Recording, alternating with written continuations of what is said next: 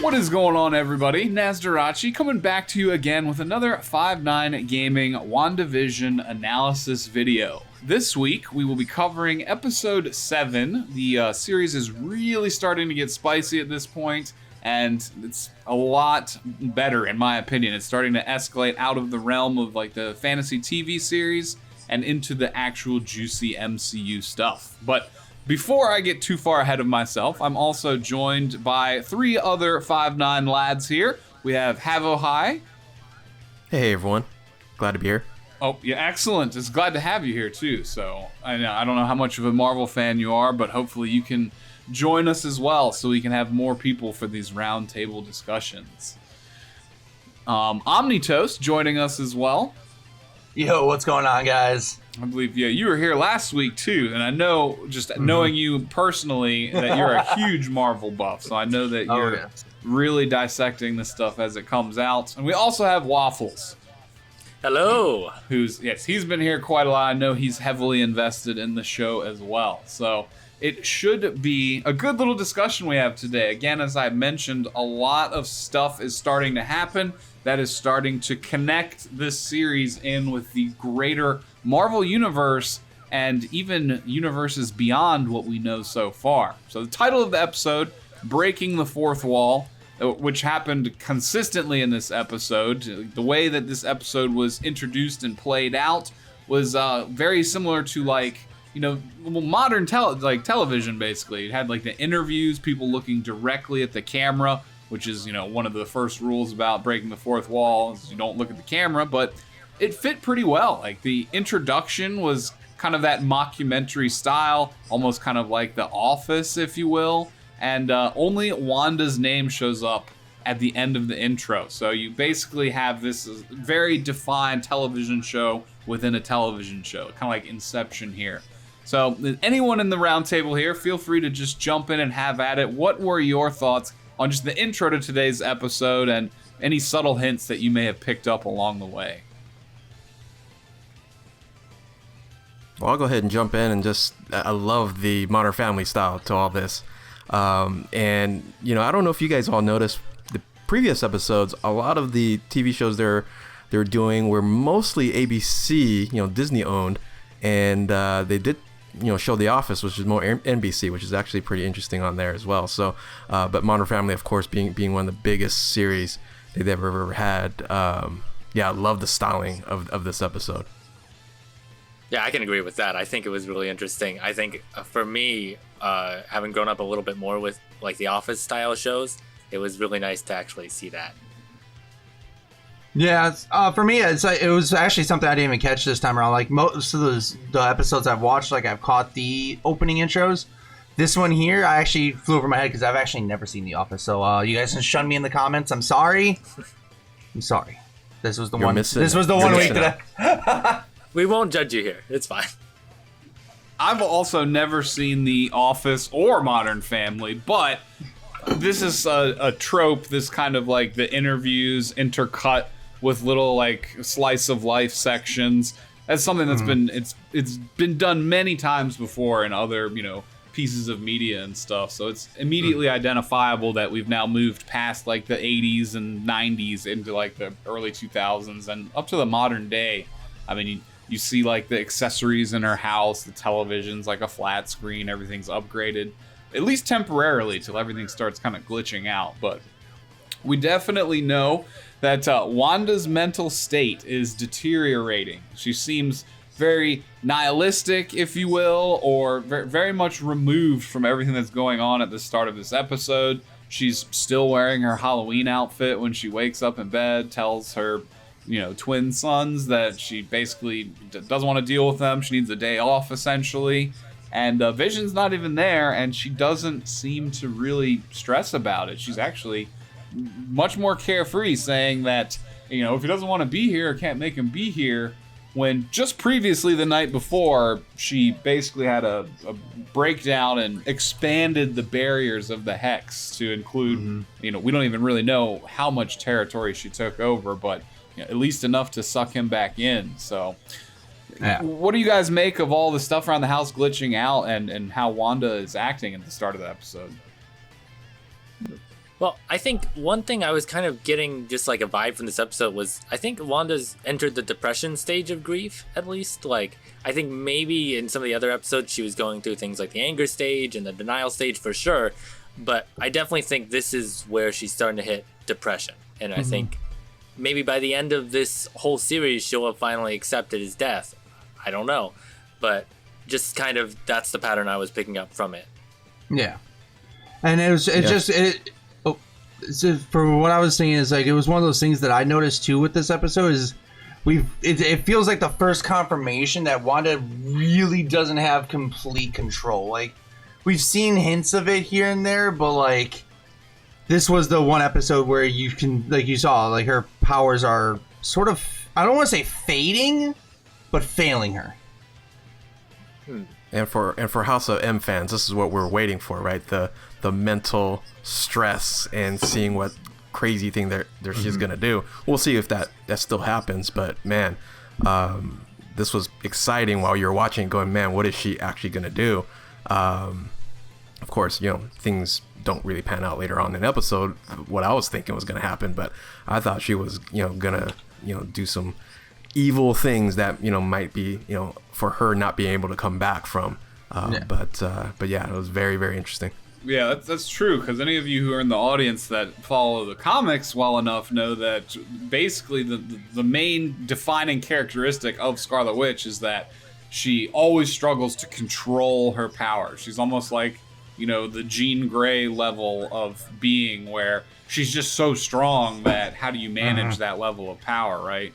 And we'll cycle back around to that in a little bit when we talk about all the Nexus stuff, but yeah, I think that she's definitely coming unglued. I think that for now, in terms of the Scarlet Witch, Doctor Strange kind of multiverse side of the MCU, they've been pretty faithful of sticking close enough to the comics, or at least drawing enough influence from them. Like, when you compare it to something like the X-Men movies or how, live action media has been for the X-Men, it seems like they're handling this one with a lot more TLC, which has got me invested all the more. Like, obviously the previous MCU movies have set things up in a way where some things have to be a little different, but moving forward, I hope they can continue to be as faithful as possible. Yeah, in this part as well, she said some things to the kids that was like pretty dark. With her depression and things of that nature, and then that big kind of reveal that she doesn't believe that Pietro's Pietro, right? So that's not your uncle. That was very interesting in this part. Yeah. Yeah, I felt like it was also very glossed over as soon as it was said. It was really quick, and then okay, we're moving on. But it was like, I don't know. That felt like a big hint for us. Yeah. Yeah, I do agree. I think that this is being handled really well, and it's shot and done in a style that's very consistent with their, big motion pictures. So it's been quite a delight to watch so far. Moving forward in the actual episode, we do cut to Vision basically waking up in a field, but basically the spot he almost or pretty much died in when he left the Hex. He just kind of wakes up there, and all of a sudden a circus is being set up, and he very quickly interacts with, I guess, the circus master, and then Darcy, and he gets paired up with her. Unfortunately, she has not come into the Hex as a waitress for a more comic accurate storyline, and possibly something that would have been really amusing to those who follow all the Easter eggs. But very quickly they just set her up with Vision. She's the escape artist, and she's under the influence of Scarlet Witch, but Vision kind of changes that very quickly. They end up driving away from the circus, if you will, in a stolen funnel cake truck, and Vision obviously wants answers. And all the while, everything that could possibly happen to delay them from getting back into town is going on. There's children walking through the street, electrical work being done right in front of them, basically any type of almost parade you can think of stuff to stall them. What are your guys' take on the Vision and Darcy interaction, and what do you think we learned from that? So I think with this, I really enjoyed this section a lot, because I felt like it was a nice bit of comedy relief. I think they had really good chemistry together. I thought it was also very interesting that, like, I'm not sure, is it Agnes or is it going to be like Wanda who's actually trying to keep Vision away, because Wanda maybe needing to be alone for the day could be causing these problems, and Vision definitely thinks it's Wanda, but I don't know. I'm not sure how much I buy into that. I almost think How about you guys? Yeah, I almost think it's Agatha trying to keep him away, because he seems pretty adamant about now trying to get to the bottom of what's going on. So I think it's more Agatha/Agnes who is preventing him from getting back, to prevent him from interfering with Wanda's deteriorating mental state. You know, he could potentially bring her back the same way, you know, Monica Rambeau does. We'll get to that in a second as well. And I think she just doesn't want the interference. But what about you, Havo Higher Omni? For sure. It's Agnes. Or Agatha, however you want to call her now, because you know, I don't think Wanda actually even knew where Vision it was, but Agatha did, right? Because she was right there when she was in that car in the previous episode, things of that nature. So I'm 100% it's Agatha that's preventing Vision from going in there. So yeah, I agree with you guys 100% on that. It's just like there was like in the beginning, Wanda had control on stuff like that, like the credits rolling, stuff like that. But with this episode, how it started with her powers fading her a little bit, it definitely goes to show. I think it was more Agatha stopping Vision and Darcy from getting there. Like it just makes too much sense on that front. Yeah, and it's something else. Like I noticed that they gave and I know this is probably done for time for the length of the episode and whatnot, but Darcy and Vision's exchange about how Vision died to Thanos, like she doesn't even mention him by name, and her explanation from that and his reaction, what do you guys get from all that? Like, you know, I don't know, it did seem to me like he seemed confused by all of it, but it didn't seem like he really got any of the answers that he really needed as to like why he's around, like what is going on. Like, what did y'all's take on that little exchange? Yeah, I feel like that explanation is an explanation that someone who's not an MCU fan would give to explain to what happened to Vision, right? And didn't know all the exact details and just broke it down, like someone who maybe watched one or two movies, and we're sitting here going, wait a minute, that's a really quick review. So that's kind of how I felt with that exchange, which was actually pretty funny. Yeah, they totally played it up. Like there was like clowns crossing the street when it happened, some kind of like goofy background music, little sound effects happening, and he's like, so I died and then I died again, and then he basically got impatient, flew out through the roof, and we don't see him for the rest of the episode after that point. So clearly he didn't make it back in time for this episode to have an effect on the rest of the events of the episode. But and why didn't he even just like pick up the car and take Darcy with him? That was pick weird. her up and just fly with her back there, right? She's just like, I'll meet you there, I guess. And, Yeah. And that is the last we saw of Darcy. Darcy. yeah. This kind of bridges the gap to our next topic, because we see Monica. I want to move forward just a little bit, then we can backtrack. But she basically pushes her way through the barrier.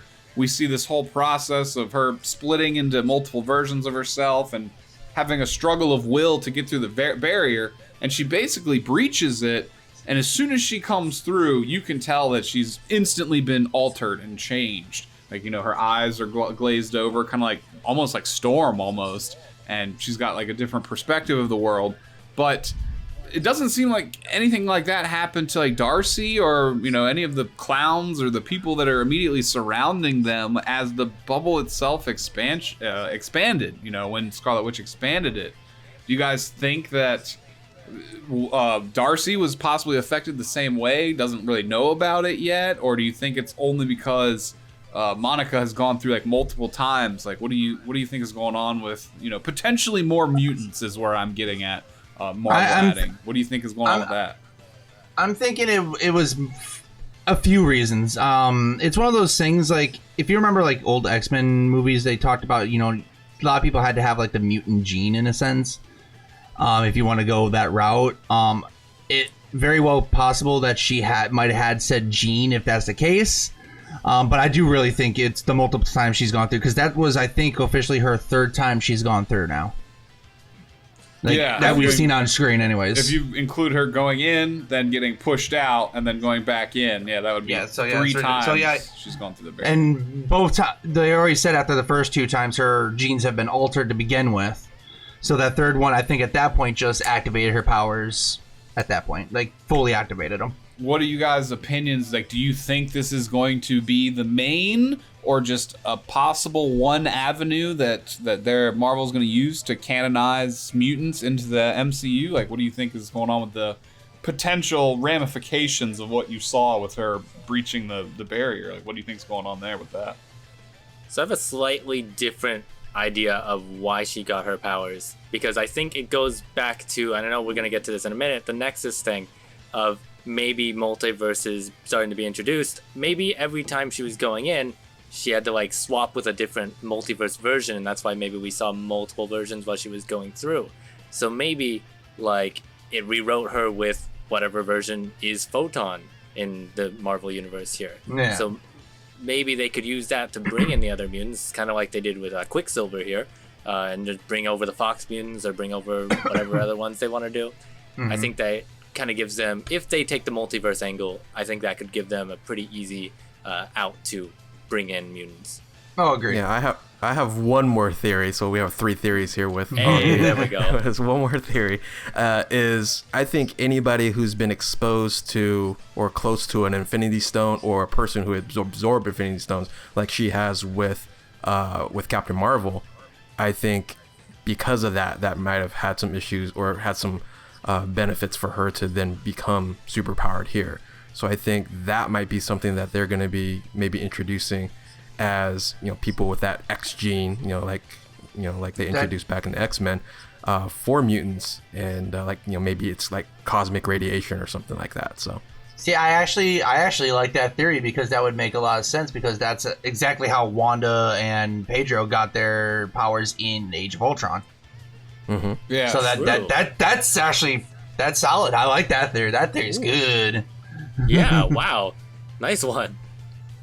Yeah, I kind of like that as well. And I do hope to see other mutants start popping up as well, be it through Nexus and different connections or whatever the explanation is. Now, with that in mind, just for our audience, some of the people that may not follow the comics at all, would any of y'all like to give just a very brief backstory as to who Photon is in the comics, like what her powers are, anything like that? Waffle, you can have that one. Nope. No. I mean, I have a rough one. If I remember right, in the comics, she does take up the mantle of Captain Marvel for a while, but she goes by the name of Photon later on, more for, of course, her mother's pilot name was Photon. But her powers are more based on energy. Like, she can actually change herself into different forms of energy. She can see different spectrums of energy, hence why when she first came through to I almost called it the void. The Hex one more time. That time when she came back in, her eyes were glowing blue, and she was looking in more of an electromagnetic spectrum. Like, everything looked...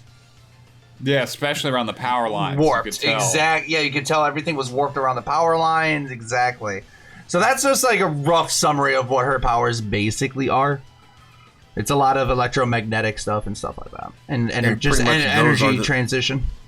And pretty much those are the 3 names she went by, right? She was Captain Marvel even before Carol Danvers in the comics. Yep. And then Photon and Spectrum. I think they'll probably just go with Photon because that's the mom's call sign right there. Yeah, so. They've hinted at Photon a lot. So even also operated under the alias of Pulsar for a while too. So I believe you're right on that. Yeah. Mm-hmm. So yeah, she's had a lot of different aliases, and she has worked directly with the Avengers as well in the comics. So they're coming from a good angle here. Now, something that's not mentioned in our specific format that we're following here in our outline, but something I did want to bring up before we move too much further, is when Monica finally does contact Scarlet Witch, of course, Wanda, in her front yard, we see that she references Hayward, and she's really playing up Hayward as a villain. Like, what do you think Hayward's true goals? Like, we see before Monica enters, you got Agent Wu and her riding in the Hummer, and Woo's said, oh, Darcy really did crack those codes. He's got the whole project notes about the cataracts, which is obviously like a code name for Vision being gone. You can't see, right? It's kind of like a play on words for Vision, cataracts. Yep. What do you think Hayward's ultimate interest here or involvement in this? Because they're kind of setting this up where there's three parties, right? You have like the good guys, which hopefully will include, Vision, Scarlet Witch eventually, the two kids, and Quicksilver. Then you have Monica as well, and then you have like the Harkness, potentially Mephisto or Nightmare, depending on what direction they go there. And then you have Sword. Like, do you think that this is possibly like Hydra being involved? Do you think it's like what is his angle? What is Director Hayward's angle on all this? Because in the first episode, he seemed really nice and forthcoming and respectful of Monica. And then very quickly, he does seem kind of villainous right now. Like, we're moving out today, shooting missiles at people. What are his goals here? What do you think? What do you guys think's going on with him? Sentinels, baby, Sentinels. Yeah, I would actually agree with Havahai there. So you think they're gonna like introduce like either like Trask himself or someone like him, and they're gonna collaborate to start the Sentinel program? Like, I could definitely see that. If I they're- could probably definitely down the road, but I think this is a setup here in the beginning. Yeah, because he has we've noticed he has a major hatred for superpowered individuals. People, yeah. Yeah, and if a whole lot more of them start showing up, that could cause issues. Oh yeah, for sure. I think he seems to be coming from a good place, but I think the past 5 years have put him in this like mindset where he's very afraid of what possible consequences could be of these superpowered people, and so you see him very much like ready to take them down. Yeah, prejudice would be a good word. And it makes a lot of sense too, because as they were talking about Project Cataracts, he was trying to get Vision back online. Like, he was not trying to like decommission him. He was literally trying to get him back online, which very well, who knows what he could have learned to make, like we said, if we go with Sentinels, all that information Vision holds. Yeah, Superbot, basically, for building other there's your super. Yeah, exactly. There's your Sentinel. There's your Superbot. It's a very your good point. Or if they want to go the route, they could even go Adaptoids if they really want to have fun. Like, I would love to see Adaptoids actually in the MCU a little bit more than I would like to see Sentinels. Yeah, that's even because that's what I was also alliterating to. Like, this could be. I don't know if this guy Hayward is Sword. Like, is that like a front for maybe Hydra or even AIM potentially down the road? Like, I thought they were gonna play up AIM a little more when the hex, the hexagon shape was a big thing. But I can see now that I don't really think they have any involvement yet. I could see AIM, but I wouldn't want to see another Hydra, taking over like Sword again, just like they did with Shield. I think that would be played out. Yeah, I agree with that. They won't go that way. Yeah, Hydra's had their time screwing with everyone in the back. And we're gonna get like some remnants. Who knows what we're gonna get remnant wise in Falcon and Winter Soldier. So yeah, because they're gonna be dealing with a whole nother set of bad guys, but they're gonna link that all together, and it's all gonna link together. And if 5 years from now, Marvel knows what they're doing. Yep, I rather see Hayward. I rather see him as a evil Skrull.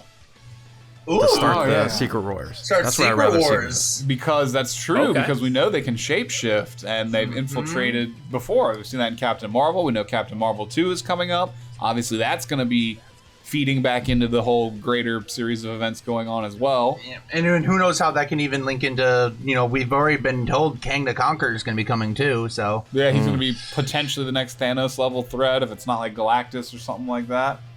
Or at least the first Avengers threat for this storyline. Yeah, I'm totally on board. Well, moving forward, we sidetracked there. Yeah, just a little bit. But it's all relevant to the show because all of these things are coming together to lead to this bigger series of events. Just got to. And Nas, before you move on to the next, we forgot to talk about the lack of huge surprise of the military contact. Oh, where's Reed? That's true. Oh yeah, so when he met up, it just looked like it was, I guess, a friend of her mother, right? That's how they played it off. And I know that's how they played it off. Omnitos was hoping for more. We're all kind of hoping that Reed Richards is on the back burner somewhere. So what do you think's going on with that, Omni, specifically? So my thing is, I was a little bit disappointed. It wasn't just, hey, Reed Richards, thanks for, but we did get to see like they built something, and I'm wondering if it was her contact that built the device, like built the truck that she was originally supposed to drive through with. Yeah, because it was literally like a moon rover, kind of like a which makes sense for Reed's background. So maybe Reed made it, but like they just didn't name drop him yet because, again, they might not have the casting for him yet. Who knows? Like, there's a whole bunch of stuff that could be around that. But I was a little bit disappointed it wasn't Reed Richards, but I guess one big cameo is all we're gonna get in this series. Well, we could always get one. Yeah. The actress from for Monica said that I can't wait for you guys to meet the engineer. So in an interview. So I was waiting for this episode to be happening later, but it seems like probably Jimmy Woo's going to be the one who's going to seek out the engineer because now Monica's in the Hex. Yeah, and that's very possible. Oh, go ahead. No. I'm just saying that makes sense. That's very, very possible. Yeah, I think that all we saw in these episodes, these were just the delivery guys, right? The friends of both Monica and Monica's mother. Yeah. And the FedEx deliveries. The person that, like you said, the person that engineered and got access to that vehicle to give to them from the space department, fingers crossed, is very hopefully Reed Richards. And they're going to be doing, Dr. Doom, Reed Richards, all types of fun stuff. Hopefully do Dr. Doom right this time, but that's a sidetrack for another time. I'd rather be the engineer be Dr. Doom than Reed Richards, and then he goes bad somehow. But that's the thing, Dr. Doom, like, he's smart, but I don't know if he was a aerospace engineer. I thought he was just he was the leader of Latveria. He was the rich. I have a theory for that for another time. But go ahead. Go ahead. I have I'll tell you guys after the video. I'll tell you guys after. Okay. Sounds good. So I will say with that, I think though we probably will still get Reed Richards at some point. Maybe they didn't want to bring John Krasinski in during the Office type thing. I thought it would have been a good idea, but that would have been great. We'll have to wait a little bit. Yeah, you can definitely tell the series is building, but they're definitely, they're pulling their punches and adding a little bit more power incrementally. Like each episode is starting to hit a little bit harder, and the excitement is really building because we do have the Nexus commercial that we saw, which is something that fans of the comics again are going to be instantly excited about, and other people that are just kind of more MCU or live action fans are going to have no knowledge of whatsoever. But it's presented as an antidepressant ad. They specifically mention that you can use it to recenter yourself to your reality. And, it's kind of weird how it's presented, but I feel like, me personally, it is a direct reference to the Nexus itself in the Marvel universe, the comic universe, which is the gateway between all multiverses. Like all multiverses, all universes connect in this one gateway, and there are beings that are appointed, some of them without even their own knowledge, to defend this gateway, to protect their own individual realities from affronts from other multiverses. And they bear the moniker Nexus being, which is in the comics again what Wanda is. She's literally a Nexus being. They have cosmic forces above them that they don't necessarily report to, but they're watched over by, and they're part of the greater structure of the universe and multiverses, up into the actual divinity and beings like Galactus and stuff like that. So what are you guys' thoughts on the commercial specifically, and how much do you think it's going to tie in to the comics version of the Nexus that we're already pretty familiar with? Whoever wants to jump in, just I'm trying to gather my thoughts here for that. I don't know why I can't. I mean, I'll just briefly. Okay, never mind. Okay, no, go ahead. I was just gonna say, if you need some time to gather your thoughts, I'll just briefly say that I'm not a huge comic reader as far as those kind of details go, but I will say, from what it sounds like, it just sounds like another way for them to incorporate the multiverse in here. And that's why I really do think we'll see more multiverse stuff, and also why I think Pietro might just be his Fox Universe counterpart. Yeah, just literally ripped from it right now. So does this commercial here eliminate the whole each commercial was an Infinity Stone, because this Yeah, doesn't make at this po- sense. Yeah, at this point it really, really does. Like at first it was kind of lining up for it, but most recent commercial really didn't fit in with that theory, Yeah, because It the would have Power to be Stone's the last reality one. twice. Yeah, the Power Stone is the last one that was missing, and it has nothing to do with power. So No.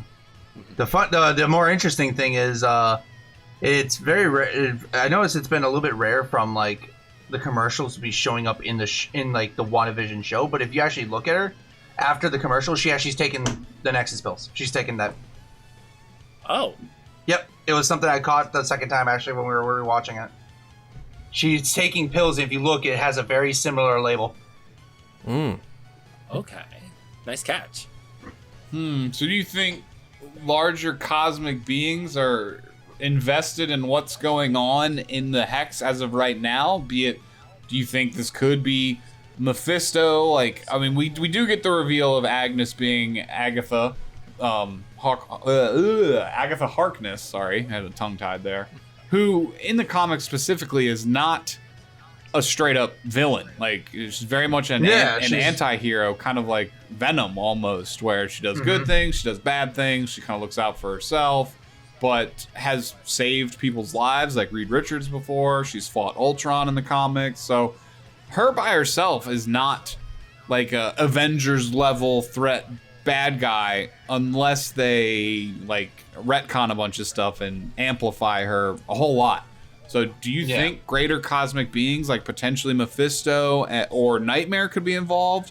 Do you think that Disney might stray away from using Mephisto because Chinese audiences can't have depictions of like literal Satan publicly broadcast in their movie theaters? Like, what do you think might be going on behind the scenes here with the Nexus and its greater connection to cosmic entities? Yeah, my money's on Nightmare. I just think that's the way to go, and I don't think anybody's kind of talked about this as the guest appearance for Nightmare, because there has been rumors that this person is going to be cast in MCU, but imagine this: Keanu Reeves as Nightmare. I'd be for it. Okay. So I'd be for it, but there was actually something I'd noticed when Wanda was sitting in Agnes's house. What did There's you notice? one key. Hit us with it. The fly? So the fly on the wall. I should say the fly on the blind, which is a form Mephisto takes. The cicada or whatever? Wait, really? Yeah, the cicada. Yeah, so Mephisto is known to transform into like a fly or a cicada. Oh.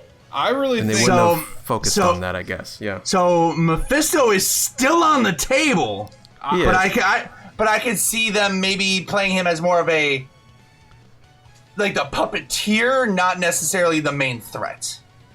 Yeah, and to be clear for the audience, is what I mentioned earlier, like it's obviously like not legal in China for them to depict like hell and demons and stuff like that. So what I think that they could still do for Disney, and I mean obviously Disney, they probably don't want to put like literal Satan in one of their movies either. Like I honestly don't know what their opinions are. I mean, Jon Favreau and Kevin Feige are geniuses, and maybe they could swing that, so Disney would go for it. But more likely, I think they might just disassociate Mephisto from like hell and make him more of kind of like a Dormammu type being, where he's just like a ruler of an alternate evil dimension, right? But it's not literally hell, and he's not literally the devil. Even though that's his comic counterpart, I think that they could still work Mephisto in and spin it like that. If not, I think it's Nightmare. It's one of those two. We might not see Mephisto. Maybe they just keep Mephisto as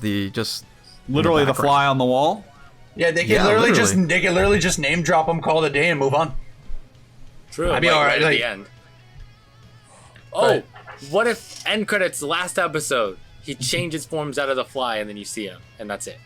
And that'd be it. Yeah, I mean, I'll be like, that's the thing. Like, there's so much. Like, the best thing about these shows right now is that there's so many ways they can go about it. And one of the reasons I do love these shows that they're doing is because now we don't have to worry about like like I was talking to my fiance about it earlier. The biggest like drawback of Age of Ultron was the fact that it was setting up 4 different movies in the main movie. These shows do that for us now, and I like it because they do it very well. Yeah, because it doesn't have to be a very long comic storyline condensed down into like a 2 hour and 20-minute long movie, right? They have 6+ episodes. I think they said that like WandaVision, when played out, is going to be like 6 to 6.5 hours long if you were like watching the whole show just outright.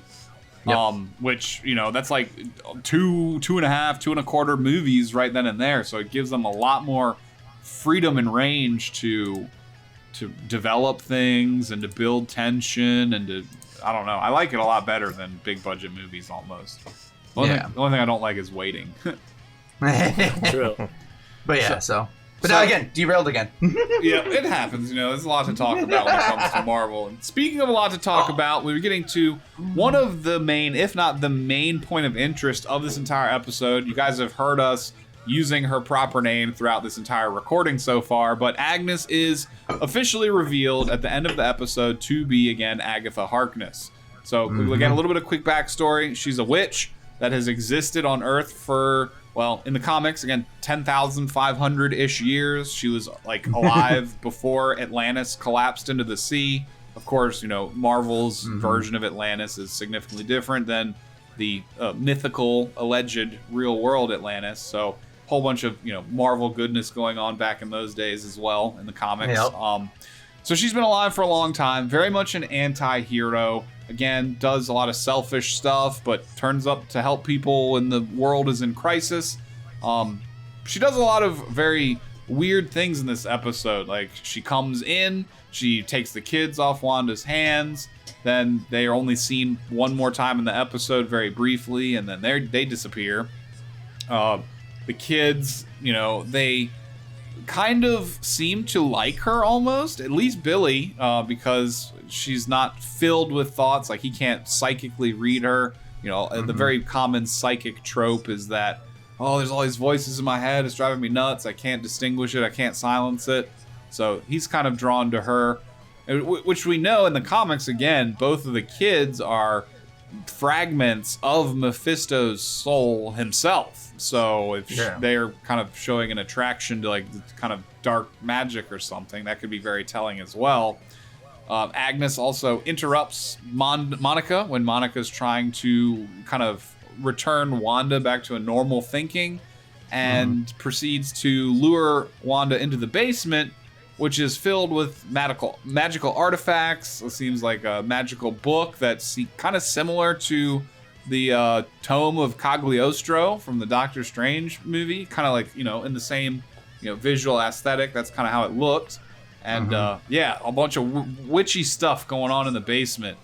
What are your guys' thoughts on, you know, Agnes being behind this the whole time? Do you guys think that, you know, she just kind of started all this and kind of pushed Wanda off, and now Wanda's kind of taken control of things? Like, do you think how involved do you think Agnes is with what all is going on here in this episode? I mean, it basically alludes to that she's almost in complete control, but how do y'all take it?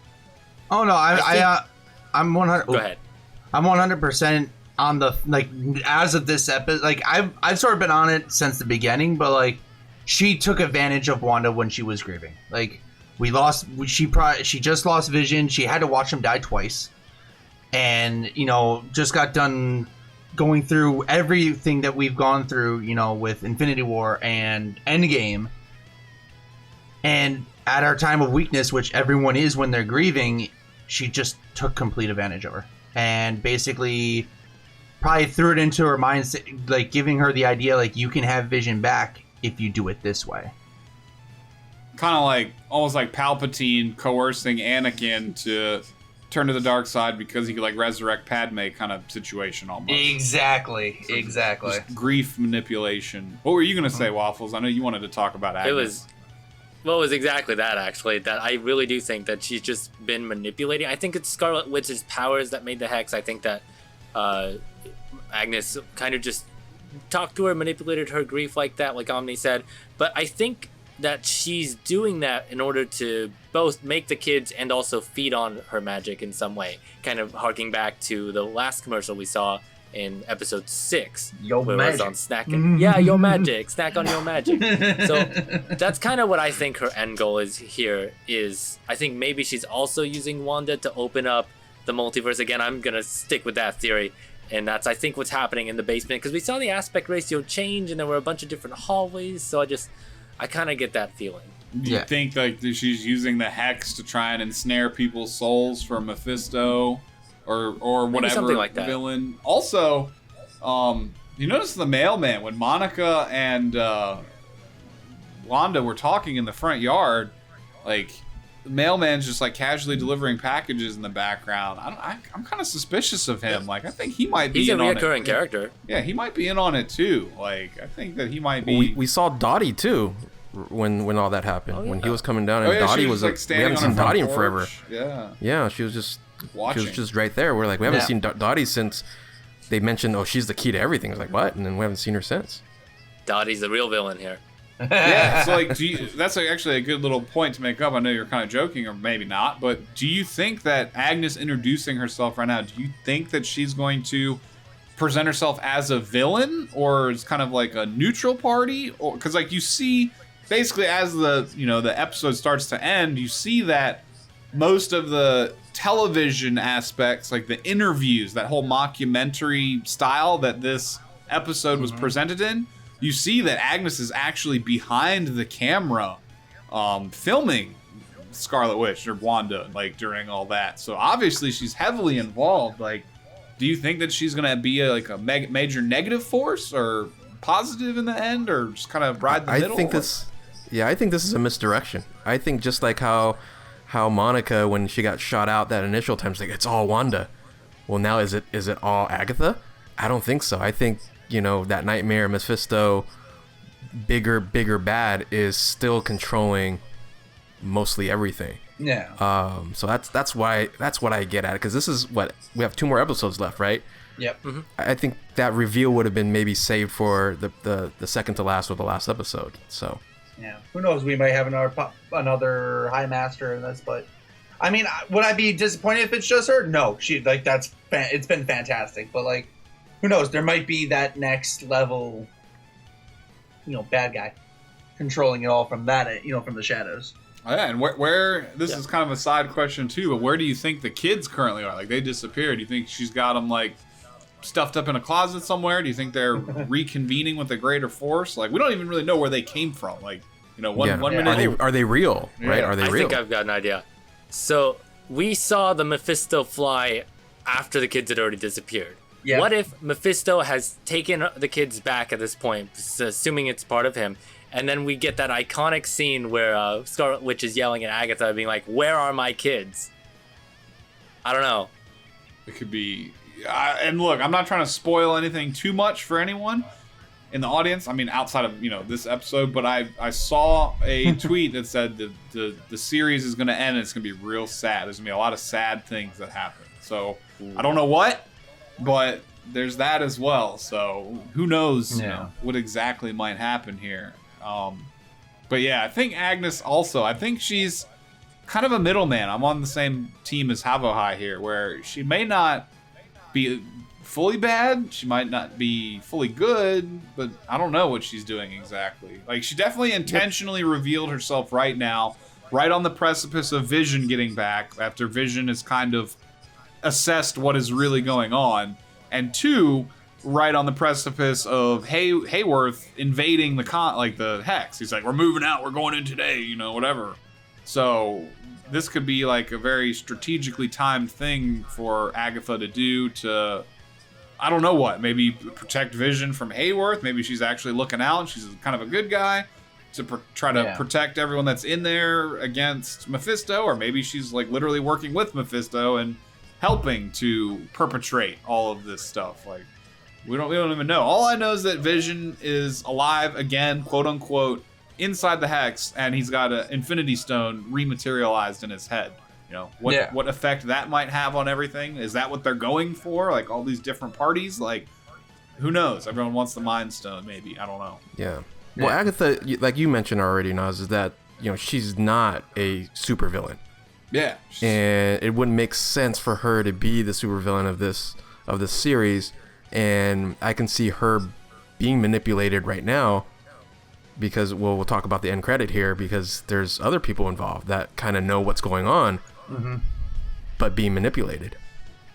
Yeah, so in the very end, you see basically Monica. It had to have been only like 5 minutes since like Agatha pulled Wanda away and walked her into the house, and then like 5-10 minutes passed. She's like, "Hey, where are my kids? They're half-eaten sandwiches on the table. The TV's on. I don't hear anything." Like you could tell they played up the extreme silence in that last scene. And she's like, "Whoa, I don't hear my kids. Kids usually make a lot of noise. Like, where are they at?" So I can't imagine that whole thing took up more than like 10 minutes, and then Monica's like immediately walking over to Agatha's house and like looking in the door. Oh, she can't see anything. Oh, there's a basement door. Like, let me open it. And then boom, Quicksilver appears, and he's like, "Snooper's gonna snoop, right?" Yep, Snooper's gonna snoop. Yep. But earlier in the episode, during the little song where it was like Agatha's behind it all type thing, which was it fantastic. showed her like doing her little magic hands and manipulating Petro, like at the front door, like when he first showed up, right? Yep. So like, do you think he's under Agatha's control, or do you think he's operating of his own free will? Do you think he even knows what the hell he's doing there? Like, Yeah, I think that's the misdirection. Big question. yeah, That's a big question. What do y'all think is going to happen immediately after that end credits scene? Do you think that they're going to try and cooperate to figure out what's going on, or do you think they're going to spar and Monica's going to bust out with her new powers or something? What do y'all think? I think they'll cooperate. I think that this was a misdirection at the end just to leave us on a cliffhanger, but I think that maybe the magic's worn off. He didn't seem like he had like anything really wrong with him there, and he also was kind of quippy, which is what he seems to be in his version. So I think it's fine. Well, didn't Monica's eyes go purple? It wasn't Monica's Monica. Agnes did something to Wanda and like put her. She's like, "You think you're the only magic girl in town or whatever?" And she does something and like this purple, like it looks like she's like hexing or brainwashing Wanda basically. Because the colors are true right now. You can tell who's using what power, right? Red for Wanda, red for Scarlet, and now purple for and black Agnes. for Agnes, and then blue for Monica. Yep. For Monica, right? But at the end of the mid-credits scene, right?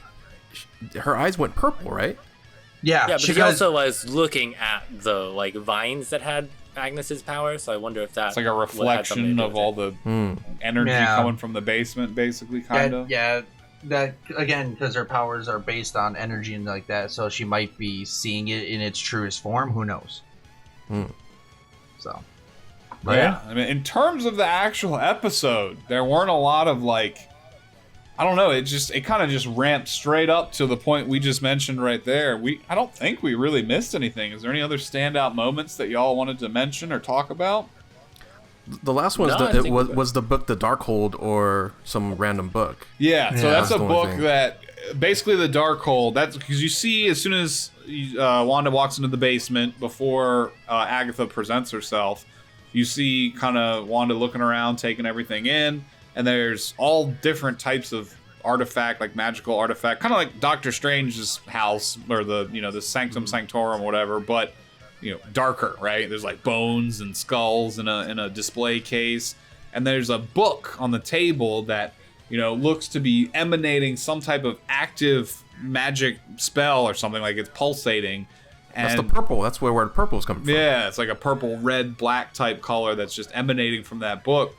It looks like the books, like in the Doctor Strange movie, like the Tome of Cagliostro, like all those hyper magically inclined books. And the Darkhold specifically is a book that I believe is from the Dark Dimension, like from Dormammu's dimension. And what it does is the reader, basically whatever nationality, whatever race, species, alien, whatever you are, you look at the book, you can read it in your native language. And it imparts wisdom to you on a magical level. Like it teaches you how, basically the entire book teaches you how to attain your goals in life, everything that you want to do. And like it can teach you how to build devices that harness energy from other universes to do whatever, right?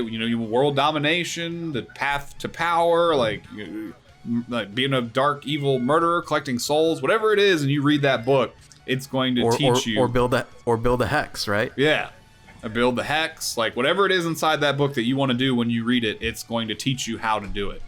So that book could be the Darkhold, but I went and skimmed through the entire history of the Darkhold, and it seems that in the comic history of it, it never, as far as I know, comes into possession of Agatha Harkness. It's mostly like, I don't remember. I gotta look back here, but it's mostly controlled by a bunch of other characters, like Morgan Le Fay or something like that. Has it for the? But it was a part of Agents of Shield. Yes. In the actual TV show they mentioned it, the Darkhold. The TV show, yeah. That was a huge. It was a whole season of it for the Darkhold. Excellent. That's probably what it is then. Ghost Rider. And all that stuff with Ghost that Rider. There. So because in the comics, Ghost Rider did have possession. He stole it basically when someone was about to use it to do a bunch of bad stuff.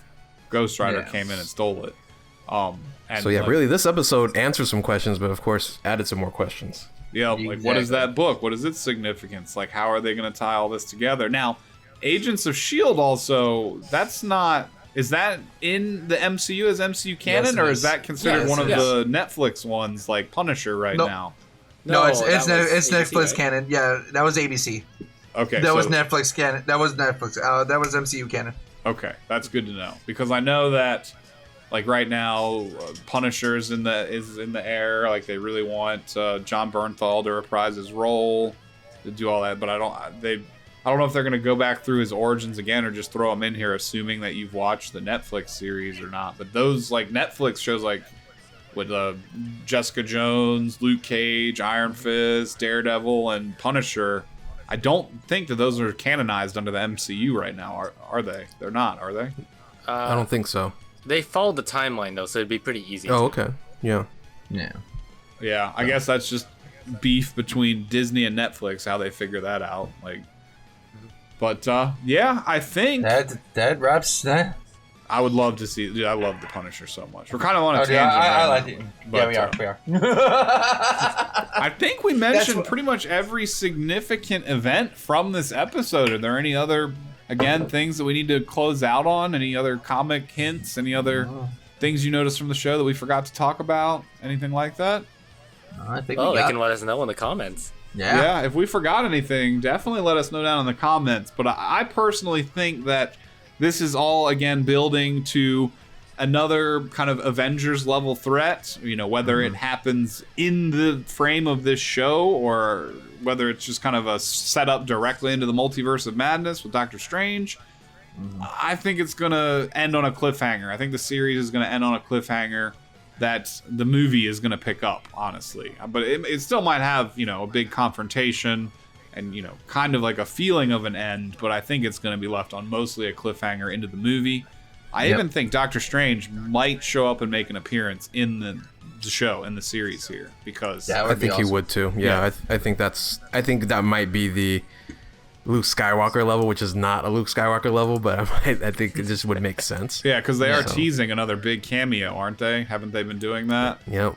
But the Vision's the actor for Vision, he said that I haven't worked with this person yet. So once again, I don't know about these interviews. They could be just misdirection, right? So they're always lying in interviews anyway. So but I think everyone's kind of maybe hoping for like maybe a Professor X or Magneto as a cameo or something like that. But I think Doctor Strange would make sense because this is the prequel series for Doctor Strange 2.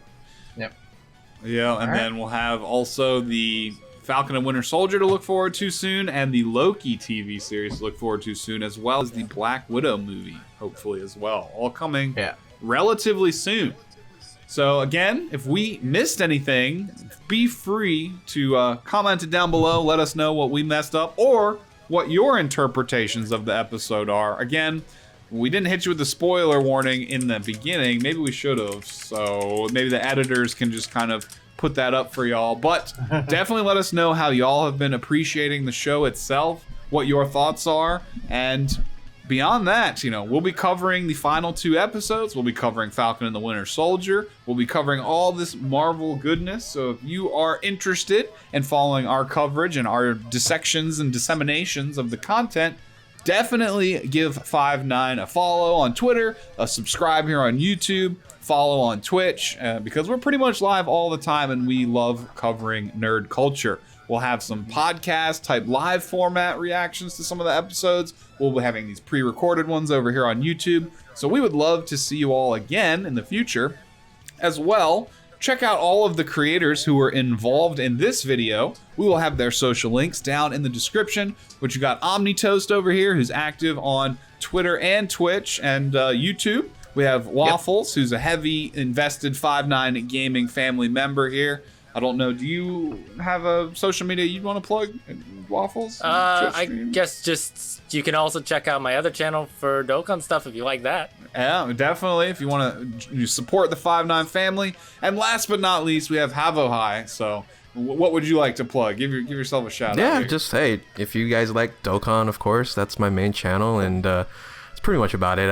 I do Twitter here and there, but I'm just glad to just hang out with you guys because it's such a good group here over at 5'9" Gaming. So yeah, and I personally have loved branching out into these TV and movie style reviews because video games are life, but you know, when you're not playing because you're giving your eyes a rest, I love watching me some sci-fi and fantasy movies and television shows and stuff. So. Agreed.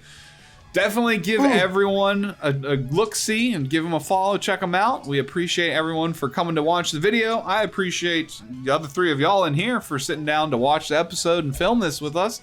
And until next week, we will see you on our own channels and on other videos. But we'll be back again to do this for the final 2 episodes. So we'll see you hopefully again real soon. Peace out, everybody. Laters. Bye. Bye.